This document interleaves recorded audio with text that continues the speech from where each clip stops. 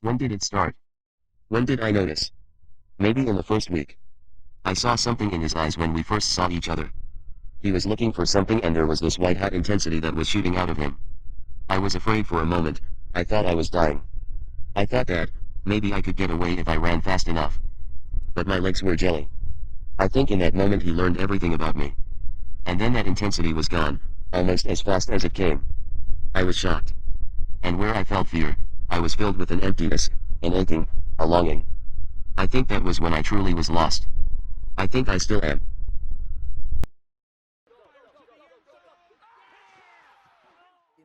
Honestly, I don't remember how it started. Penn came along, and then this Miles guy started parking closer to us, and then eventually, like, the group was just formed. What do we do here? Well,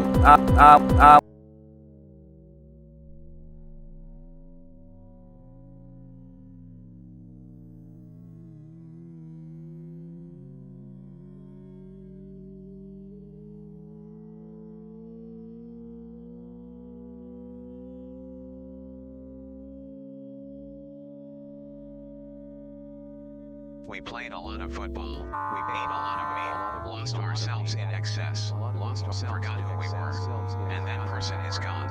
And every day I think of the old me, but I can only see him in flashes of red through these thick waterfalls of blood. I see myself and my youth and parts of me ache. But I don't know what. I don't know that person. I don't remember playing any football. I only remember meat. Mountains and mountains of flesh from a place I never interrogated until I was right there in the middle of it. I don't remember much anymore.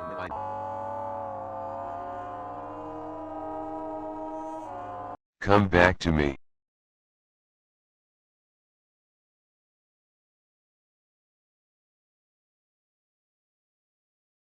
It changed everything. One summer, we did a series of car washes, and we actually raised enough money to put a big screen in the back of Penn's van. I liked it because it was the first time I've ever had friends. The reason why I like having friends is it's like having a group of free consultants or QA testers, and any elimination of overhead is good to me. These guys all seem a bit weird and maybe into drugs, but you know I'm not one to judge. I'm not a judger, so that's fine. Plus, whenever street drugs become legal, I can sell the drugs to them directly, so future clients as far as I'm concerned. Summer. Cut the crap. Sorry for cussing, but this is serious. No one wants to talk about the problem. He always had meat. I mean, alright dude. Where'd the meat come from?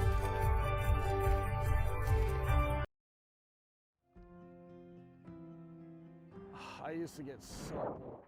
I've got another confession.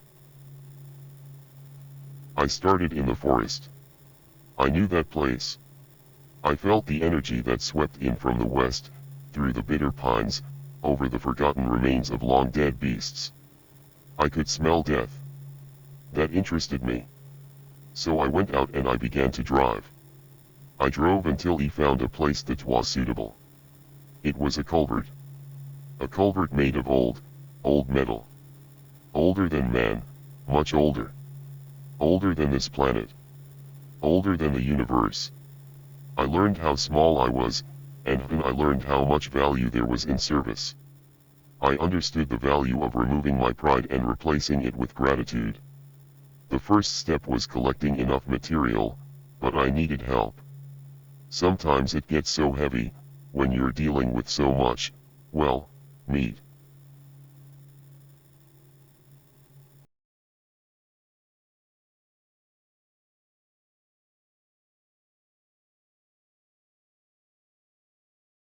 I am a disruptor. I disrupt industry. That's what I do. I came here to target to disrupt the shopping industry. The truth is the shopping industry is broken. All sorts of inefficiencies. First one, relying on human labor. It's faulty and it leads to a lot of mistakes, but we're a few years off from full automation, so I decided to fall back to best option number 2, human labor. I met Bill a few years ago while I was disrupting the buggy return industry. He offered me jerky when I was on break and I didn't understand the gesture, but I guess it's something poor people do anyway. I took some and then it became clear that Bill was not really that smart, which is good for industry. Here in wilderness, we don't really get too concerned with fanciness and what have you. We're very hard scrabble, tough to the ground folk. Real turn out of the ground folk. Very much a bring your lunch pail box to work folk. So, as a result, pretty fucking boring around here.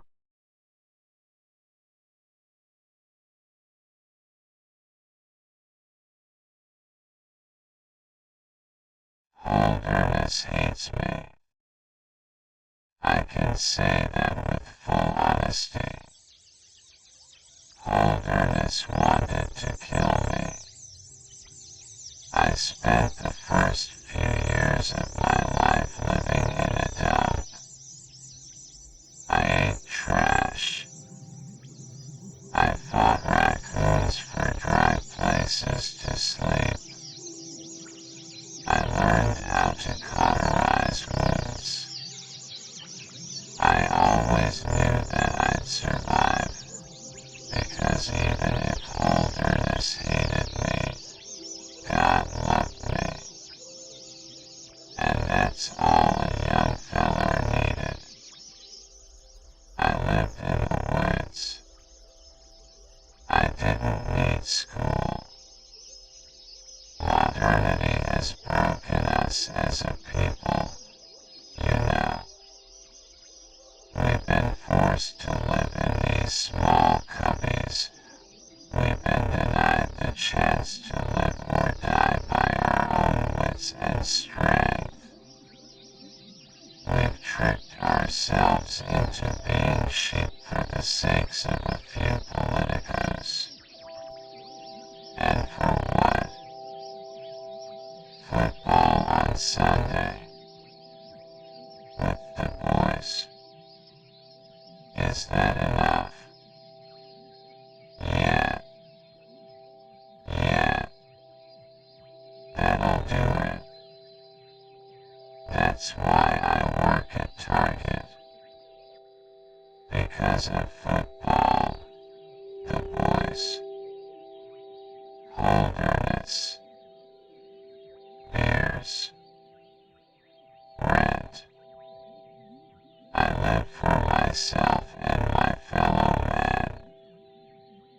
My fellow Holderness Owl. We are all we have.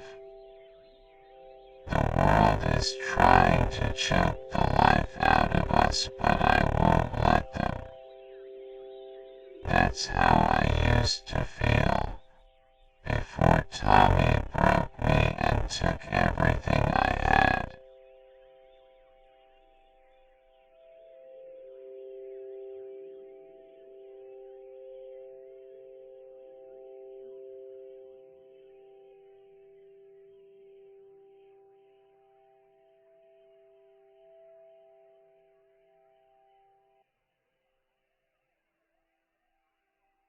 I took Bill under my wing. I made him into a man. I took my time with his processing. I only introduced him to calipers after the fifth offense. It's slow going with humans, because they have pride and have not understood the sort of internal rut that one goes through when they rely on pride. I wanted him to understand that there was value in not knowing who he was, and from there, not concerning himself with who he was. From there, he could, instead of being Bill, be a vessel for that which lays beyond the green pale, the blessed calf whose blood runs not crimson but alabaster. I believe in myself and in the words of the voices that echo in the culvert. I know I found an honesty in wilderness that man could not provide. Bill hated modernity as much as I did. He knew that I asked him to act, and with a sudden, certain, and terrible sense of violent urgency. I was ready to begin activating the rights. We started to assemble the golem with the meat we had collected from various prey individuals around the dump known as Holderness.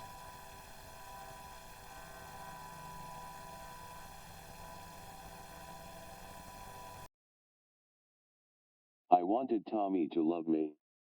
That was the problem. I wanted the impossible.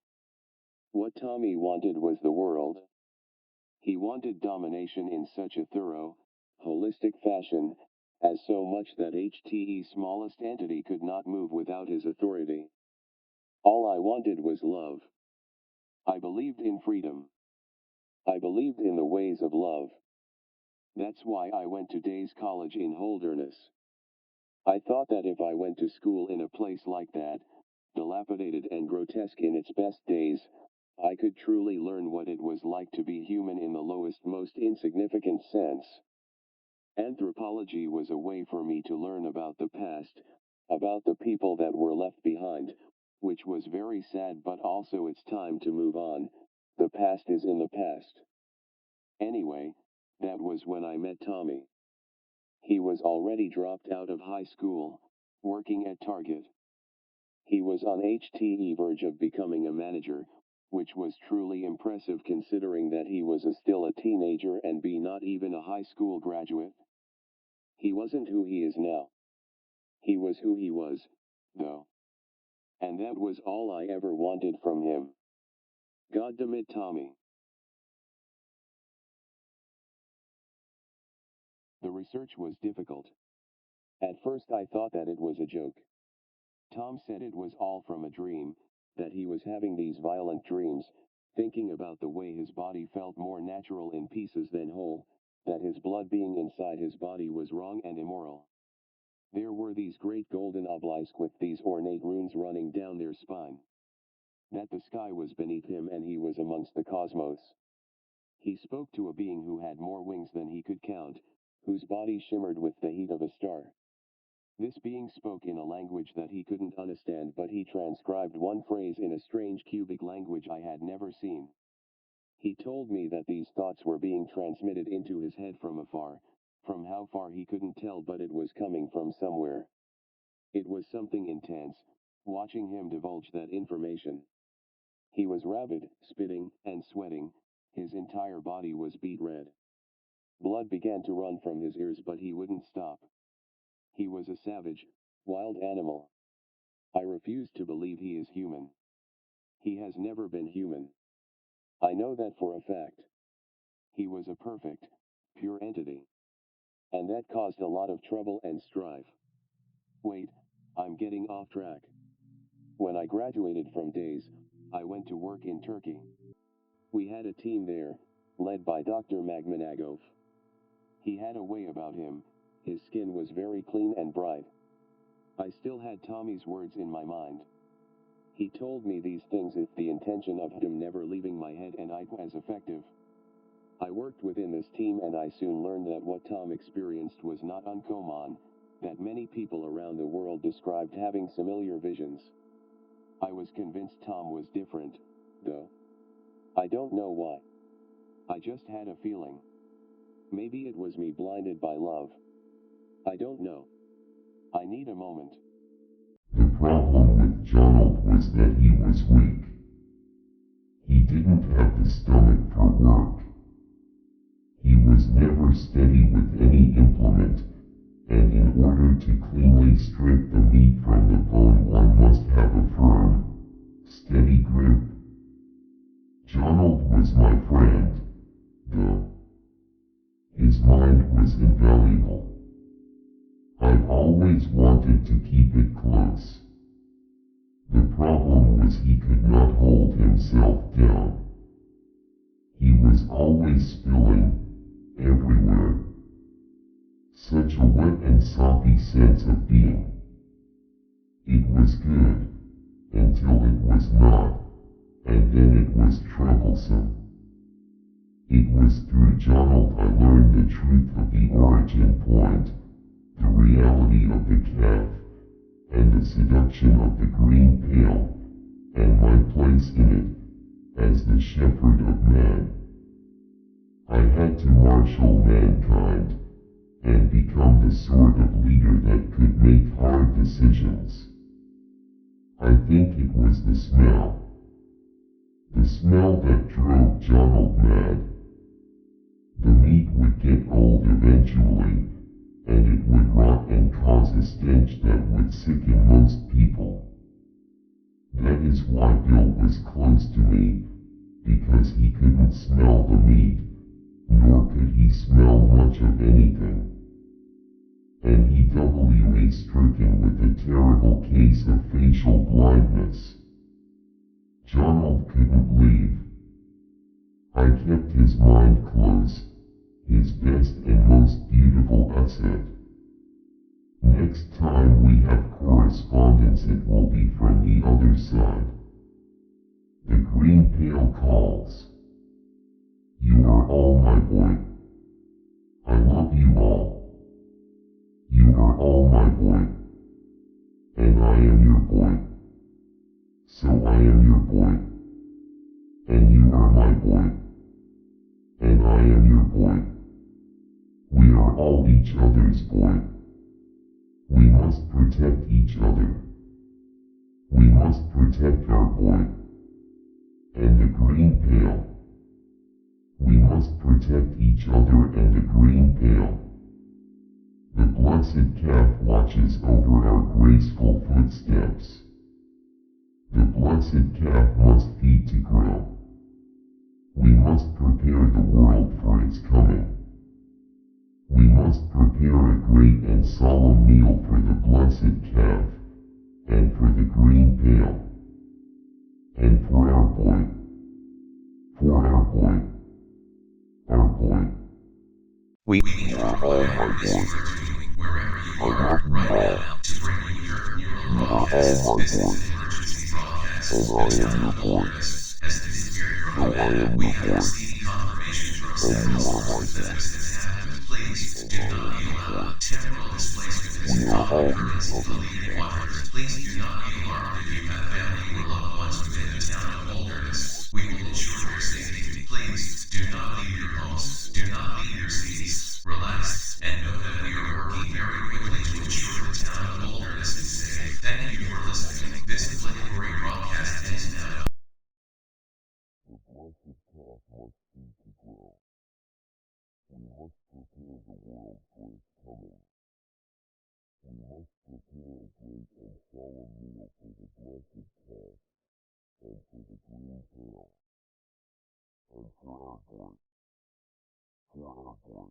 Where does it go from here to the end? There really isn't anything else. I suppose I should explain myself fully. My name is Jonald. I am from a place that feeds on love, that grinds feelings and desires down into base materials, towards the western quadrant of this land slice. I don't have high opinions of myself. I was never really given the permission to be a real person. When I was born, it was under a specific specification that I uphold the duties of my house, and to respect that which had come before me, that which exists around me, and that which will exist beyond the boundaries of my short, shallow existence. This is why Tommy had such a hold on me, and why I could not get away until it was too late. Tommy was self-possessed to a fault. If what you wanted did not match with what Tommy wanted, or if you had no material use to Tommy, you did not exist to him. Sometimes even if you did have those qualities he desired, you still didn't exist to him. You see, I learned something. I thought that I cold, uncaring, without scruple, but in reality it was a facade. I was full of those things, and I was desperate to be loved, and what I saw Tommy, I understood that, and in the next moment I understood that he felt the same way. I was wrong. Tommy had no desire for anything. Tommy was what I thought I was, and all the facsimile he put on to create the idea that he was more than a husk of meat and bone bound to a singular purpose was incredibly effective, but it was all feeling. In the end, there was nothing material between us. There was my want and his needs, and they did necessarily match up in a way that allowed us both happiness, but at least one of us is happy. There was no green pale. There was no blessed calf. When I started my research, it was under the idea that I was placating the love of my life, who had a thing about him that would not allow him to release from these iniquities. I thought that if I simply led him down a different path, he would let go of these things and become normal, I guess. But something very strange happened. I noticed that as I went along, history began to change. Small details at first, then bigger and bigger. Suddenly, entire civilizations disappeared and were replaced with things I had never seen before, things that everyone else around me was privy to. I don't know how I managed to keep myself in place for so long. I was desperate. I loved with all I had. Even if I never truly had a chance to understand love, I still tried to love. I loved as much as possible. I loved my dog, Trudy. I don't love Tommy anymore, but I still love him. Somehow, somewhere in the depths of him, there is a simulacrum, a kill of creation that allowed him the ability to change the world around him utterly, and he never realized it. Imagine if he knew he was a demiurge. What might that do for his mind? How might that change him? him. Ultimately, not in any meaningful way. Tommy, I realize, was brought here, not born, not raised, plopped down on this coil of existence. So, out of time, I will say this. The green pale will not kill you, simply will put you in a state of mental obfuscation. What the green pale wants, more than anything, is workers, individuals that will tend to the forest and care for it. So don't fight it. Something will change. We cannot save ourselves, but something will save us. I think I understand fate now. It's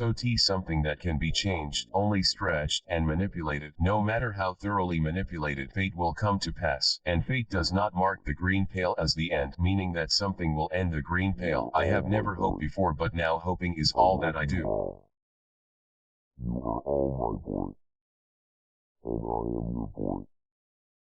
So I am your boy, and you are my boy, and I am your boy. We are all each other's boy. We must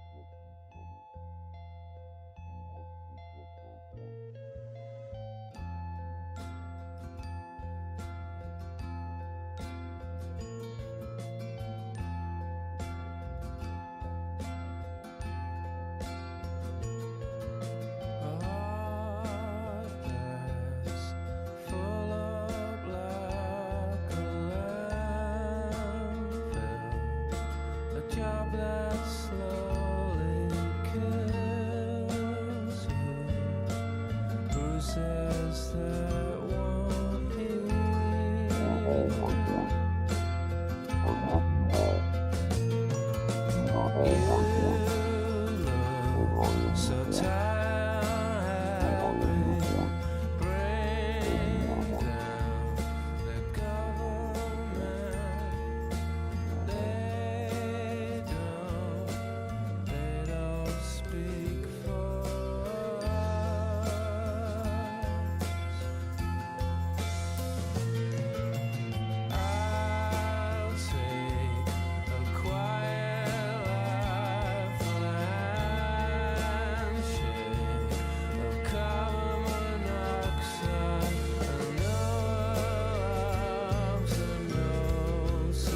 each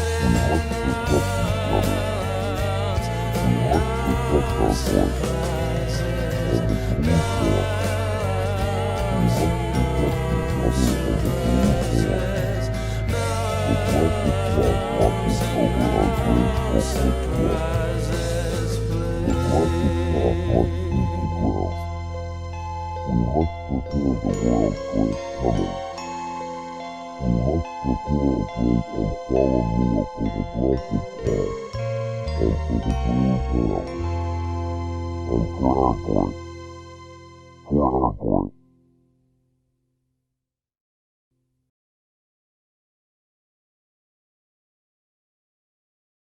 I wanted to be alone, and now I'm alone. This is awesome.